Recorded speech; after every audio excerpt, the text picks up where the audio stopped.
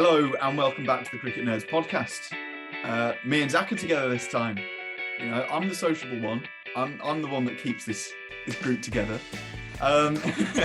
Today we are talking about Rajasthan Royals versus Mumbai and Gujarat Titans versus Delhi Capitals.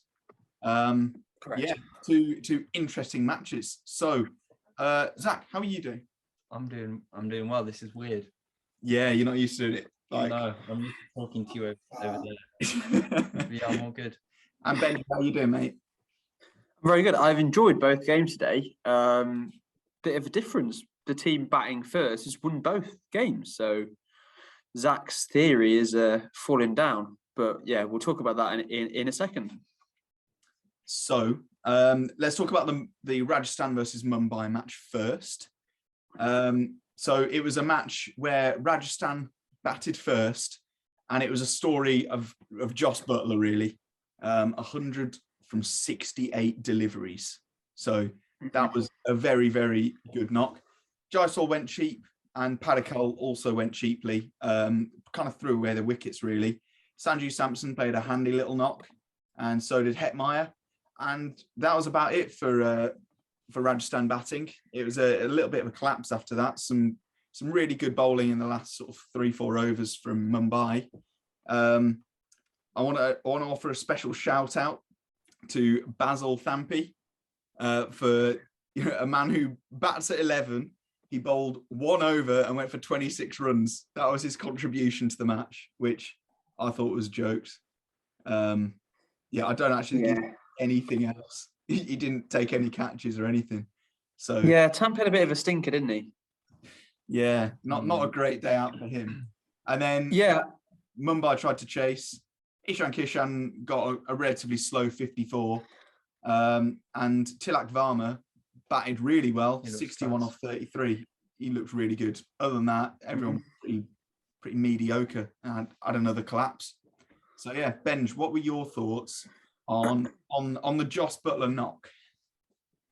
I think we saw a Jos Buttler masterclass, and it's just an example of what he can do when he, is in and is firing. I think Jos Buttler, and I've said this before, I think he's the best white ball batsman in the world. I don't care what the rankings say. I think just on his day, Jos Buttler can produce wizardry. It's his second 100 in the IPL.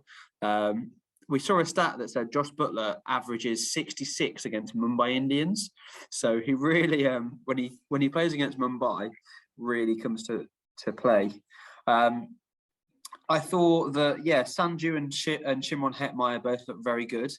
There wasn't really much else to talk about for the Rajasthan innings.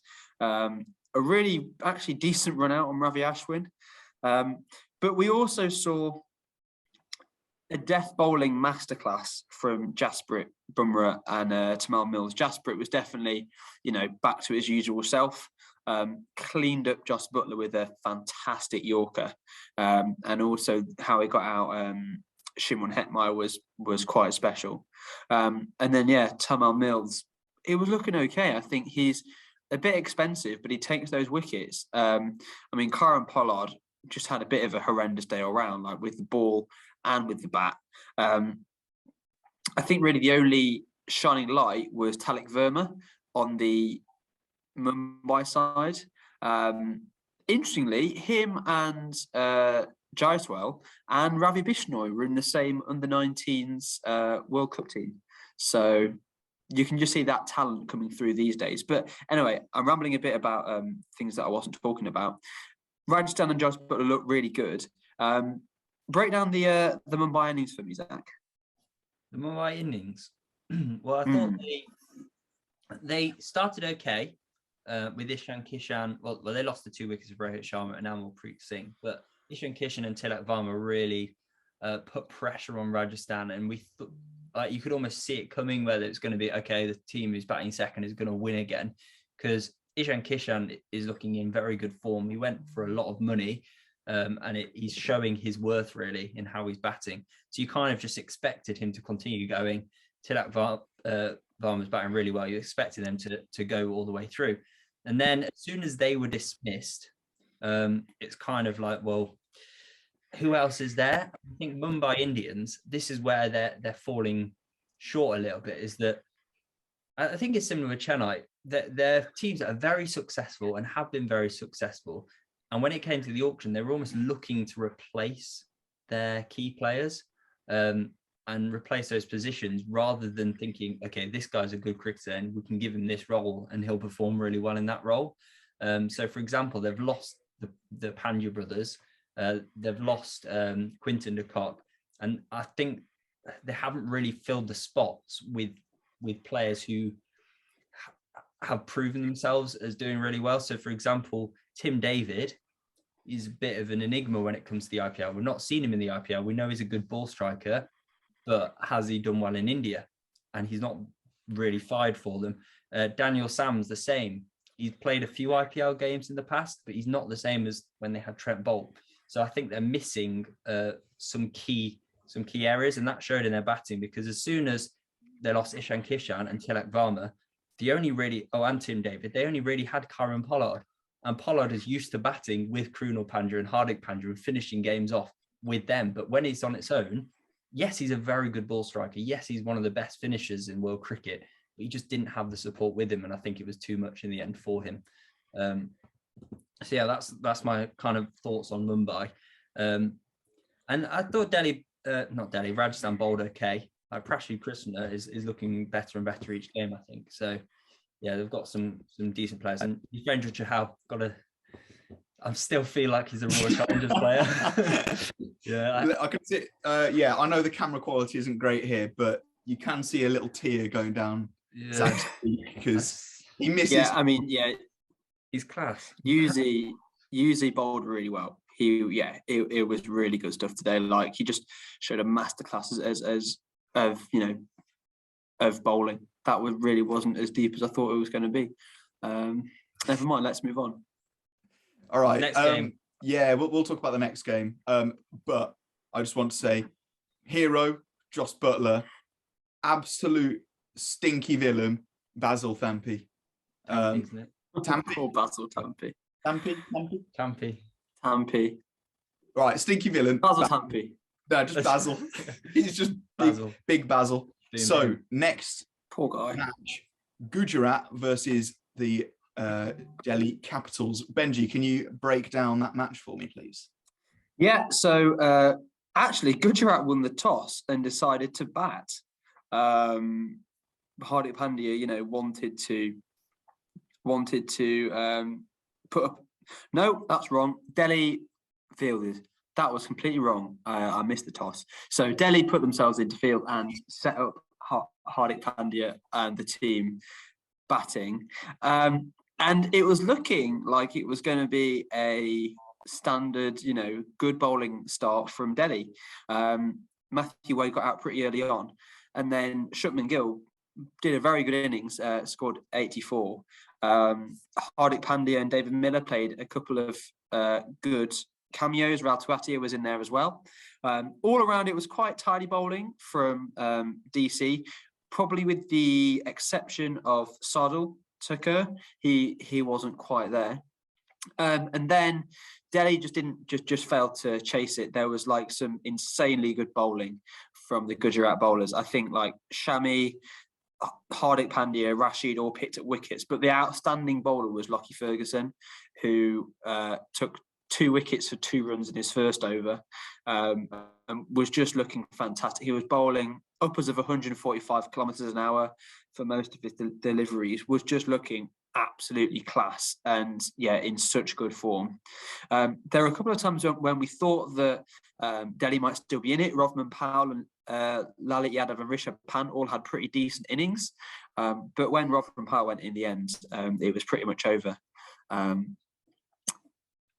Do you want to break down this will be fun. Break down for us the Gujarat innings, please. Zach or James, whoever wants to do it.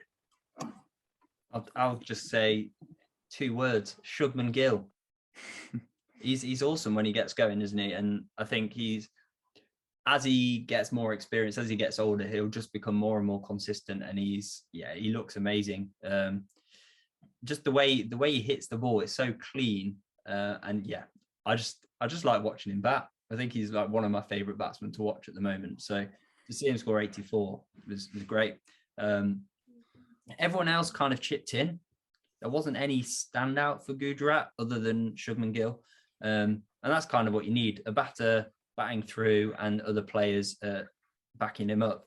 And we've said a lot of bad stuff at the start about Gujarat. We thought they'd finish toward the bottom of the table, but their bowling lineup, when you look at it, there's no weak link there really, especially with Hardik Pandya, who's looking really good with the ball as well.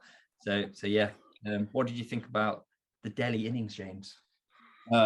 Well, I think it was a story of the Gujarat bowlers in a way, because like I say, that they've got a lot of really good players there.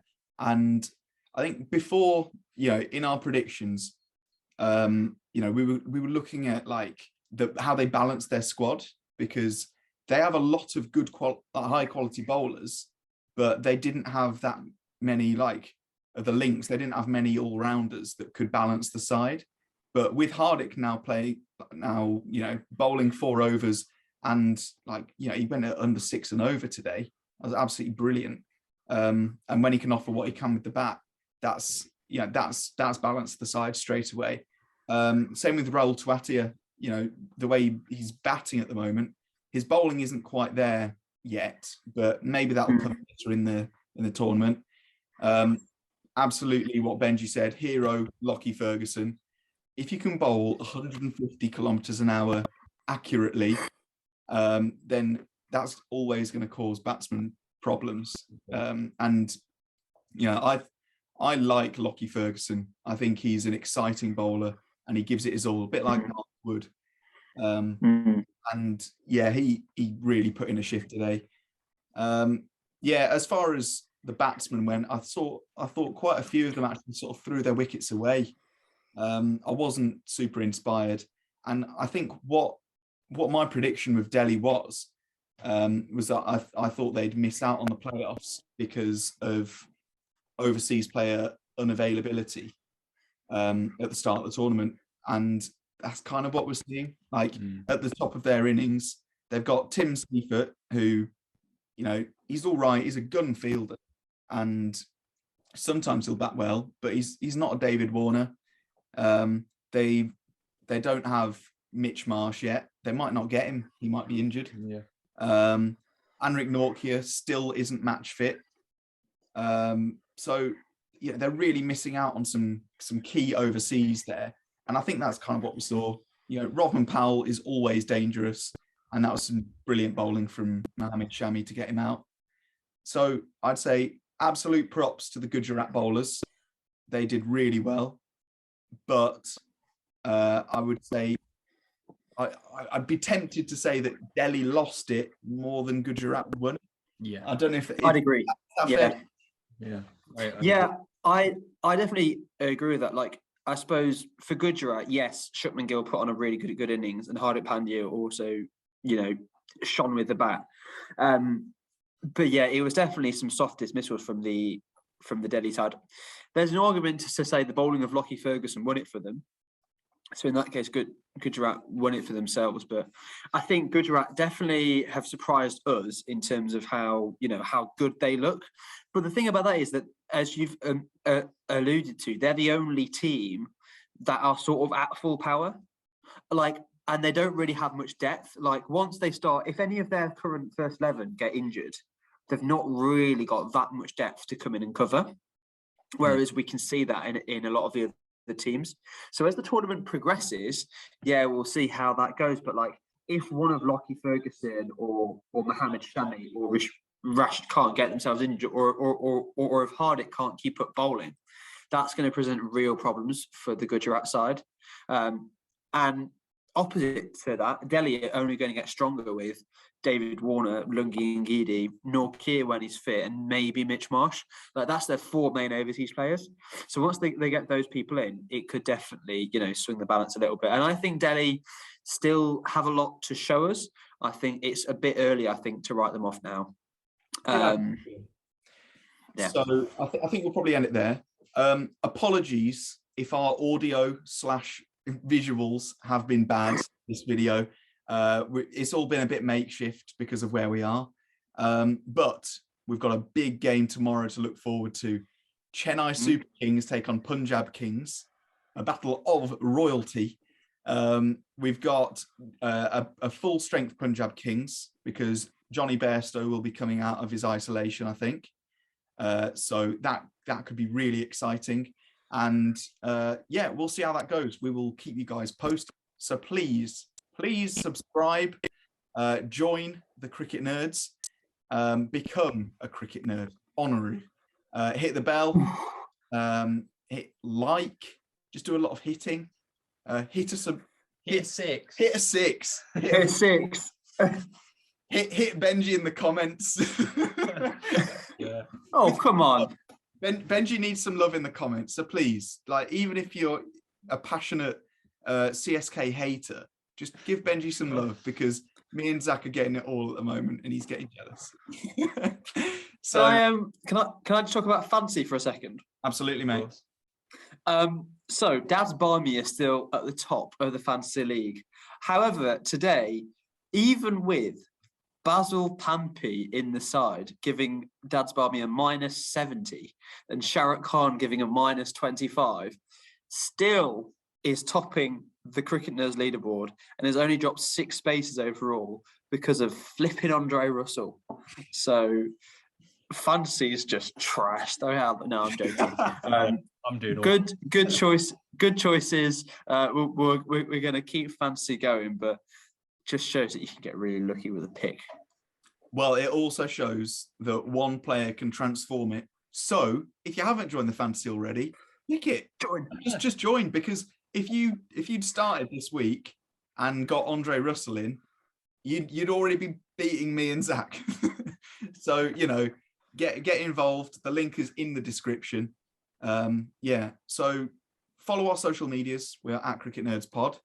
And also, you know, if you're on the go, listen to us on Apple Podcasts and Spotify as well. So, yeah, I think that's everything. So we'll see you guys tomorrow. Goodbye.